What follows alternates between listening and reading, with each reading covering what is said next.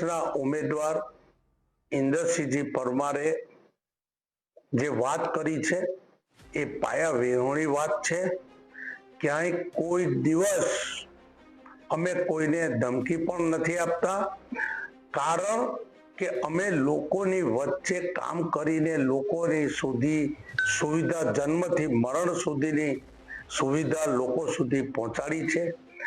હર ગામમાં, હર ફળીએ, હર ગલીએ રોડ, રસ્તા, block, paver block, કામની તમામ સુવિધા કામ કરીને અમે જઈ શકીએ છીએ।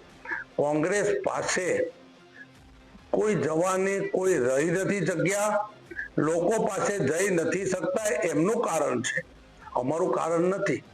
દેશના વડાપ્રધાન નરેન્દ્ર મોદીજી અને અમિત શાહજી, પ્રદેશ અધ્યક્ષ, ડેપ્યુટી સીએમ સહિત અમે સમગ્ર ગુજરાતમાં ભારતીય જનતા પાર્ટીની એક લહેર ચાલે છે અને અમે છૂટાવાના છે। શ્રી અરુણસિંહ રાણા વારંવાર એમના માણસો દ્વારા મારા માણસોને નિકોરા સીટના ઉમેદવારને, જનોરના ઉમેદવારને કે તમને ધારાસભ્યશ્રી બોલાવે છે, તમારે ફોર્મ પરત ખેંચવાનું છે, એના કારણે કે જ્યાંથી ફોર્મની પ્રક્રિયા પૂરી છે ત્યાંથી એ 4 દિવસથી ગામે પ્રચાર પણ કરી શકતા નથી અને એ લોકો બહાર રહે છે। આજે મારો કોન્ટેક્ટ કરીને મને મળ્યા છે તો મીડિયાના માધ્યમ દ્વારા ચૂંટણી અધિકારી સાહેબ, ભરૂચ જિલ્લા સમાવતા કલેક્ટર સાહેબ, એસપી સાહેબ ને મારી નમ્ર અરજ છે, અમારી પોલીસ સામે કે કલેક્ટર સાહેબ સામે કોઈ પણ જાતની ફરિયાદ નથી, પણ અમારી ચૂંટણી પંચ સામે આવે અને નિષ્પક્ષ રીતે ચૂંટણી થાય એવી મારી માંગ છે।